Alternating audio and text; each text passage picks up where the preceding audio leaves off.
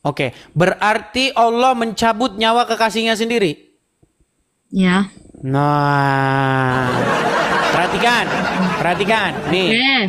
Perhatikan, ini kan Muslim sering ngeledekin ini, sering ngeledekin. Siapa yang nyabut nyawa Maryam?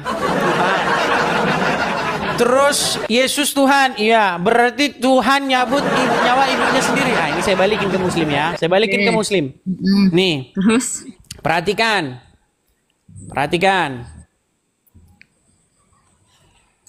ya. Ya. Sabar. Ya saya sabar Bang, saya nggak keserupan kok kayak yang bilang abang. Baik ya. Nih, perhatikan. Saya akan nih ya. Tadi Anda mengatakan bagaimana? Apakah Muhammad kekasihnya Allah? Betul, sangat betul. Apakah Allah mencabut nyawa Muhammad? Secara tidak langsung. Berarti Allah mencabut nyawa kekasihnya sendiri. Betul. Perhatikan ini. Perhatikan teman-teman. Ya, fakta pria bunuh kekasihnya sendiri. Nah, iya kan? Fakta ada kejadian pria bunuh kekasihnya sendiri. Apa korelasinya sama Allah mencabut nyawa Nabi Muhammad? Loh, betul. Ini bunuh kekasihnya sendiri, benar nggak? Berarti dia terinspirasi dari siapa? Itu kan bahasanya membunuh, mencabut nyawa dan membunuh. Oke, sekarang saya tanya, siapa yang mencabut nyawa Muhammad? Malaikat Ijra'il atas Allah izin bukan? Allah Subhanahu wa ta'ala. Ya. Oke, berarti Allah mencabut nyawa kekasihnya sendiri, betul? Betul. Nah, lalu apa ini? Pria di Bogor bunuh kekasihnya sendiri, bener nggak? Coba abang bedakan. Pria ini bukan Tuhan, tidak punya hak untuk makanya saya bilang ya. Ini kan gini, sebentar. Dengar, banyak muslim yang panas. Dengar, ya. Bener kan? Abang blunder. Saudara-saudaraku sebangsa dan setanah air, dengar. Saya bikin begini karena apa? Dan mencabut nyawa. Bedakan antara membunuh dan mencabut nyawa, Bang. Oke, apakah itu tidak mencabut nyawa namanya? Enggak lah, itu membunuh, mencabut nyawa itu hanya hak prerogatif Tuhan. Karena ada yang dibunuh secara sengaja, tapi kalau nyawanya belum dicabut sama Tuhan, ya, jadi gini. Banyak. Jadi gini, saya paham kok maksud kamu gini. Saya itu cuman mau membalik-balikkan keadaan bagaimana umat Muslim tuh sering ngeledekin. Coba pergi ke komal-komalnya umat Muslim. Kamu akui nggak? Kamu akui nggak? Apa? Kamu akui nggak bahwa di situ banyak Muslim ngeledekin orang Kristen? Ya, tapi di komal abang juga banyak orang Kristen meledek. Itu jawaban. Kami menjawab, merespon. Ketika Zuma bilang, apakah Yesus Tuhan? Ya, dia tanya sama Islam Kristen yang awam. Ya. Apakah Maria ibunya Yesus? Ya. Siapa yang nyabut nyawa Maria? Ibunya apa Tuhan? Berarti anaknya nyabut nyawa ibunya. Betul? Betul nggak? Nah, saya balikin sekarang. Apakah Muhammad kekasihnya Allah? Ya. Apakah Allah mencabut nyawa Muhammad? Ya. Nah, persis kejadian seperti di Bogor. Kekasihnya mencabut nyawa kekasihnya sendiri. Beda korelasi. Kalau Nabi Muhammad itu hamba, wajar dicabut nyawa oleh Tuhannya. Tapi kalau Yesus itu kan dianggap Tuhan. Oke, jadi saya jawab lagi. Jadi mencabut nyawa ibunya sendiri. Itu baik, emang saya jawab beda lagi. korelasi menurut saya. Tapi baik, saya jawab. Ini saya jawab. Apakah Muhammad itu Rob? Apakah Muhammad itu Rob?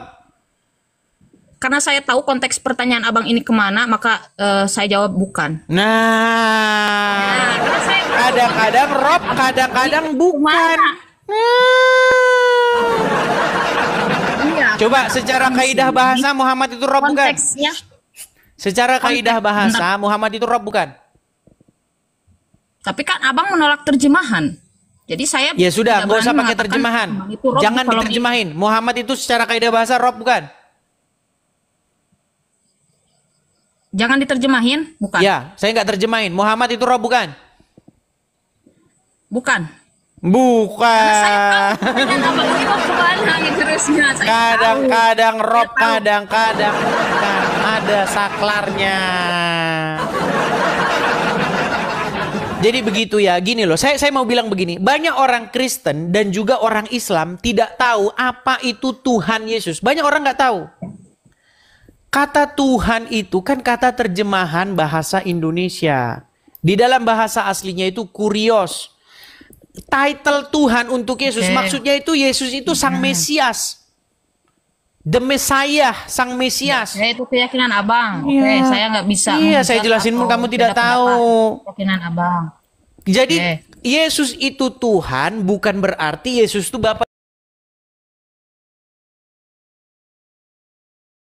merujuk kepada Sang Mesias. Mesias itu artinya apa? Mesias itu artinya? Mesias itu artinya seseorang yang dipilih, dilantik. Oke. Tapi Sang Mesias di sini maksudnya dia itu akan menjadi wakil daripada Tuhan untuk memerintah di atas bumi sampai selama-lamanya. Oke, saya boleh nanya Menjadi nggak? raja di atas bumi sampai selama-lamanya.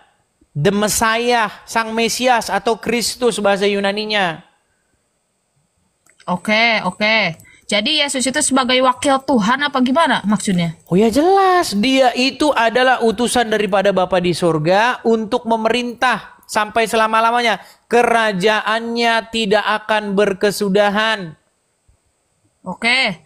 Yesus itu utusan. Jadi utusan atau Tuhan? Coba tegaskan. Oh ya utusan ya Utusan Tuhan, Bapa tapi di kata surga. Tuhan itu bukan berarti dia itu Bapa di surga. Tuhan itu title. Bahasa Arabnya Rob. Jadi beda eksistensi.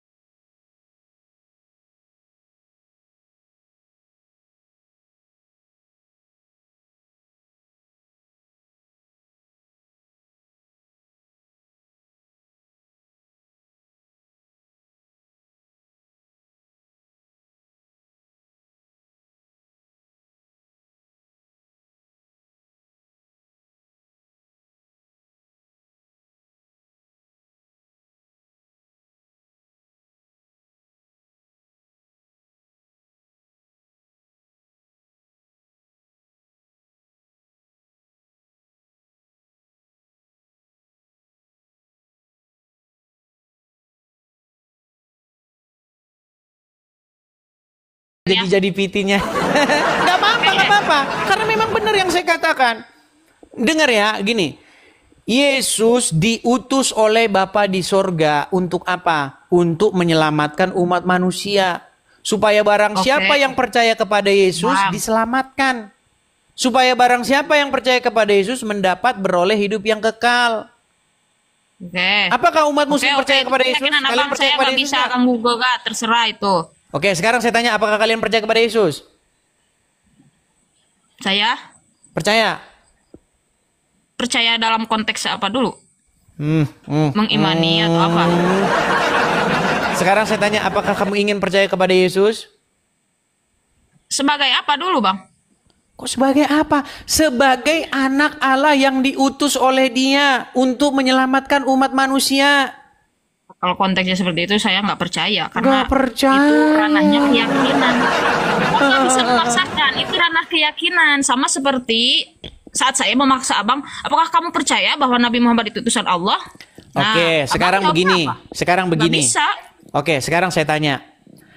Ini ada satu banner, ada salah satu poster yang dibuat oleh umat muslim nih. Nih, coba lihat. Ini bannernya di Cilacap. Ya. Di sini dikatakan I love Jesus, saya cinta Yesus karena Yesus seorang muslim, betul? Sekarang saya tanya, ini bener ajaran Islam nggak? Nggak tahu kalau dalam ajaran Nggak saya tahu. ada yang Makanya saya mengatakan, bilang tadi ada Yesus Muslim hadis itu yang enggak. mengatakan boleh berdusta. Kalau linglung bingung bolong saja. Quran nggak? Dimasukkan Quran. Iya, tapi kenapa wahyu pengharaman nikah mut'ah tidak masuk Quran? Karena memang nggak ada. Yang ngarang itu para pengarang hadis. Gimana? Emang nikah mut'ah nggak ada di Al-Quran pelarangannya, tapi dalam hadis ada dan semua tingkah laku Nabi Muhammad perkataannya itu bisa menjadi sumber rujukan karena Al-Quran sendiri Apakah yang Muhammad melegalkan. Menurut surat An-Nahl. Melegalitaskan. Oke, coba baca surat An-Nahl ayat 3 dan 4. Bentar dulu. Penjelasan saya dulu, Bang. Dengerin dulu. Jangan. Mengapa perkataan Nabi Muhammad harus dituruti? Kan memang sudah dilegalitas oleh Al-Quran. Kata Allah kan, apa itu? Sesungguhnya Nabi Muhammad itu berada pada contoh yang baik. Laqad kana lakum fi Rasulillahi uswatun hasanah. Jadi apa Baik. yang beliau sabdakan, apa yang beliau lakukan berarti itu baik. Gitu. Oke. Menikahi Jadi anak kalau di bawah ada umur Quran baik. juga semuanya sih. Menikahi anak di bawah umur baik. Tergantung konteks zaman. Nah, tergantung konteksnya lagi sekarang Iya kan. kan? Semuanya berubah gak? Katanya tadi baik, sekarang nggak baik. Berarti suri tauladannya itu bukan sepanjang masa. Sepanjang masa. Kalau sepanjang masa berarti sekarang baik nggak menikahi anak di bawah umur? Tergantung, Bang. Tergantung Coba, terus nih gimana? Anak di bawah umur zaman dulu, zaman Nabi Muhammad, segede apa, sedewasa apa, secerdas apa. Baik. Dan anak di bawah umur zaman sekarang, beda, jelas Baik. beda. Pola pikir Baik. jauh menurut saya. Karena Oke, pengaruh baik. makanan, Apakah cuaca, umur dan 6 tahun, apakah umur 6 tahun di zaman Muhammad itu anak di bawah umur atau dewasa? bisa saja disebut di bawah umur atau bisa juga disebut dewasa. Tergantung orangnya. Umur 6 tahun sudah dewasa? Tapi kan tidak ada syarat harus menikahi wanita dewasa, Bang. Tadi katanya segala yang dilakukan Muhammad itu contoh yang baik. Sekarang kita ambil contoh yang dilakukan Muhammad ternyata tidak baik. Ini gimana sih? Muhammad menyuruh wanita menyusui pria yang dewasa. Tahu nggak? Mana hadisnya? Waduh, banyak nggak taunya dia teman-teman.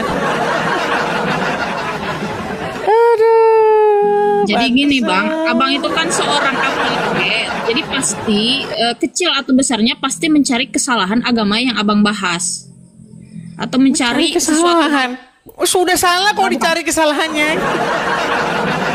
Enggak. Pernah dengar hadis itu nggak? Bahwa Muhammad menyuruh wanita yang sudah dewasa menyusui pria yang sudah dewasa yang bukan suaminya. Pernah dengar hadis itu?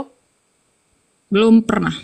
Belum pernah. Kita kasih tunjuk teman-teman. Kita harus bersabar ya teman-teman ya. Karena banyak muslim tidak tahu hadis ini. Jadi teman-teman jangan bilang temanya kok sama dengan yang kemarin ya. Karena banyak muslim yang kemarin tidak datang ya. Baik. Karena muslim kemarin tidak datang, jadi teman-teman sabarlah terhadap muslim yang kemarin belum datang dan belum tahu ya. Lihat. Mbak Muhammad Nazir Hussein, perhatikan. Perhatikan ya. Dari Hadis Aisyah. apa itu? Coba saya kasih tahu. Hadis Bukhari misalkan nomor berapa? Oke, Saya baik. perlu searching dulu dong. Hadis Bu, ini hadisnya. Ya, ini juga hadisnya. Ini hadisnya. Hadis apa, Banyak Bang? nih Hadis hadis-hadisnya. Bukhari atau Muslim? Sahih Muslim, Sahih Bukhari banyak nih. Sahih Muslim, Sahih Bukhari banyak sekali hadis-hadisnya nih. Ya. Iya, tapi maksudnya nomornya berapa lebih spesifiknya? Kalau nomor mah beda-beda, Mbak. Nomor hadis tuh nggak sama. Ada yang bilang nomornya sekian, dikit. Tergantung siapa yang ngeluarin, penerbitnya siapa. Kalau nomor hadis itu nggak pernah sama. Jilid mana, buku penerbit siapa. Makanya beda-beda nomor hadis. Makanya isinya saja. Nih webnya nih, Coba webnya nih. linknya aja coba apa itu? Rumahfikih.com. Oke, rumahfikih.com. Nih, ada pertanyaan. Rumahfikih.com. Benarkah Aisyah bolehkan laki-laki dewasa menyusu pada wanita biar jadi mahram? Nih, ini ada pertanyaan nih. Assalamualaikum Pak Ustadz. Semoga dirahmati dan diberikan kesehatan oleh Allah. Saya pernah membaca hadis Pak Ustadz tentang anjuran Rasul kepada seorang wanita dewasa untuk menyusui anak angkatnya yang sudah dewasa supaya menjadi mahramnya. Benarkah bahwasanya Siti Aisyah menyetujui bahwa ini adalah cara menjadikan laki-laki dewasa menjadi mahram wanita yang menyusuinya? Sehingga ada ulama besir yang berfatwa konyol membolehkan menyusui wanita sudah dewasa. Ini. Lalu bagaimana dan seterusnya ini nih ditunjukin nih dalil-dalilnya. Nih benar nih ya. Memang tidak dipungkiri fakta bahwa Aisyah adalah satu-satunya di antara para sahabat Nabi yang berpendapat bahwa laki-laki yang sudah balik bisa menjadi mahram dengan seorang wanita kalau dia menyusui kepadanya. Nih, ini jelas nih. Hadis pertama nih dari Aisyah bahwasanya Salim bekas budaknya Abu Huzaifah ikut bersama Abu Huzaifah di rumah mereka. Lalu istri Abu Huzaifah ya, anak perempuan Suhail datang kepada Rasulullah. Sesungguhnya Salim sudah balik dan akalnya pun sebagaimana pria dewasa. Itu hadis itu beliau pendapat Aisyah Bang, bukan pendapat Nabi Muhammad, dan seluruh ulama 4 madhab menolak pendapat beliau. Seluruh Aisyah dapat dari dan mana? sahabat menolak pendapat Oke, beliau. Aisyah dapat dari mana? Bahwa Nabi berkata, ini Aisyah bilang bahwa Nabi pernah berkata kepada istrinya Abu Huzaifah, sesungguhnya Salim telah balik dan akalnya pun sebagaimana umumnya orang dewasa dan dia berada di rumah kami. Sedangkan aku menyangka pada diri Abu Huzaifah ada kecemburuan. Berkenaan dengan hal itu, bagaimanakah yang demikian itu? Nabi bersabda kepadanya, susuilah dia, maka kamu menjadi haram kepadanya. Dan akan hilanglah sesuatu pada diri Abu Huzaifah. Kamu kalau saya bacain, kamu malah baca yang lain. Kenapa kamu tidak percaya dengan saya sih? Saya ini nggak ngarang, saya ini baca.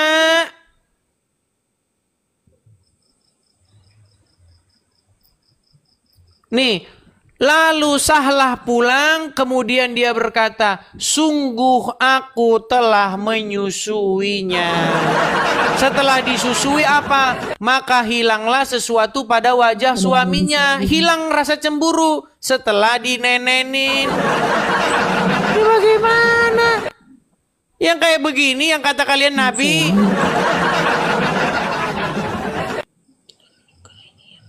Berat saudara-saudara. Ayo. Jangan terguncang, jangan terguncang. Kalau terguncang, gini, saya dari tadi kan cerita Islam. Coba Muhammad Nazir. Waduh, dia kayaknya udah anu dia.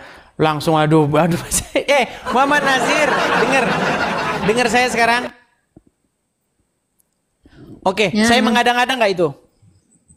Saya mengadang-adang nggak? Saya mengadang-adang nggak? Tapi itu kan solusi dari Aisyah, Bang. Aisyah kemudian menjawab bahwa solusinya bisa saja laki-laki itu disusui agar bisa menjadi mahram, sehingga tidak lagi jadi masalah kalau ada kebutuhan. Oke, artinya begini, Itu kan sebentar. hanya sekedar Begini, saran Aisyah. Muhammad Nazir. Pelan-pelan ya. Misalnya kamu punya suamimu punya anak angkat. Taruhlah anak angkatnya umur 17 tahun. Dan kamu serumah dengan anak angkat dari suamimu. Biar suamimu tidak cemburu, kamu harus menyusui anak angkatmu itu. Betul? Tapi di sini yang diangkatnya dari sejak kecil. Iya, dan setelah dewasa, wajah suaminya itu cemburu. Dia ngadu sama Muhammad, "Ya Rasulullah, di rumah kami ini ada Salim. Udah besar dia.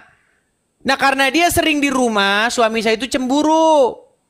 Lalu Muhammad memberi solusi, "Susuilah dia."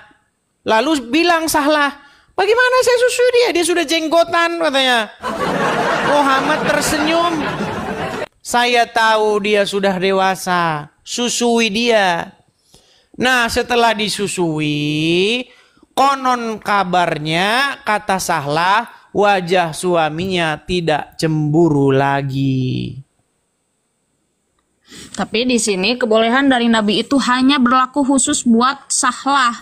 Khusus kalau Jadi udah berlaku kalau buat udah begini semua khusus, umat kalau udah muslim. begini Nah, khusus. ini yang nggak dibaca sama abang di bawahnya. Abang ini licik. Baik. Nggak boleh gitu, Artinya, harus oke, artinya Muhammad menyuruh wanita dewasa menyusui pria dewasa yang bukan suaminya, betul? khusus untuk ini aja kasus. Khusus, Tidak ya bisa artinya benar. disamakan Artinya ada semua kejadian ya. umat. Artinya ada kejadiannya ya.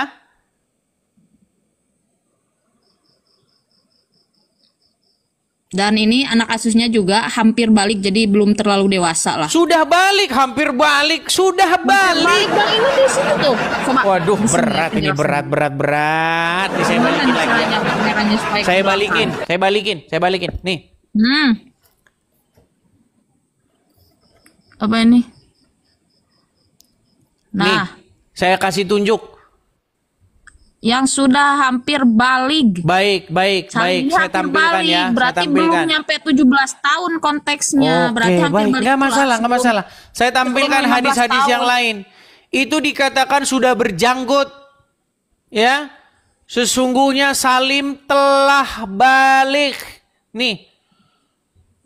Nabi SAW berkata, sesungguhnya Salim telah balik. Dan akalnya pun sebagaimana pada umumnya orang dewasa. Dan dia berada di rumah kami. Jelas? Bahkan banyak riwayat-riwayat lain ini nih. Dari Zainab binti Ummu Salamah. Ia berkata, Ummu Salamah berkata kepada Aisyah, sesungguhnya ada seorang yang sudah balik. Nih, sudah balik. Oke, anggaplah Salim ini. Ya, shalom teman-teman semua. Terima kasih sudah menonton video ini dan kiranya video ini menjadi pelajaran bagi kita semua dan apa yang menjadi sajian atau kajian dari Edis TV terkait data-data yang dibongkar oleh Edis TV dan kiranya itu bisa menyadarkan, mencerdaskan, serta menambah wawasan bagi saudara-saudara kita para polemikus yang selama ini mereka suka meledekin ajaran kekristenan ya. Nah, sehingga ketika dipertanyakan tentang hal yang sama, maka mereka juga tidak bisa membantahnya, mereka tidak bisa menjawabnya. Jadi itulah sebabnya kenapa banyak apologet Kristen itu tampil di berbagai media sosial seperti TikTok, Facebook, YouTube, dan lain sebagainya, itu untuk menjawab, untuk memberikan pertanggungjawaban iman mereka.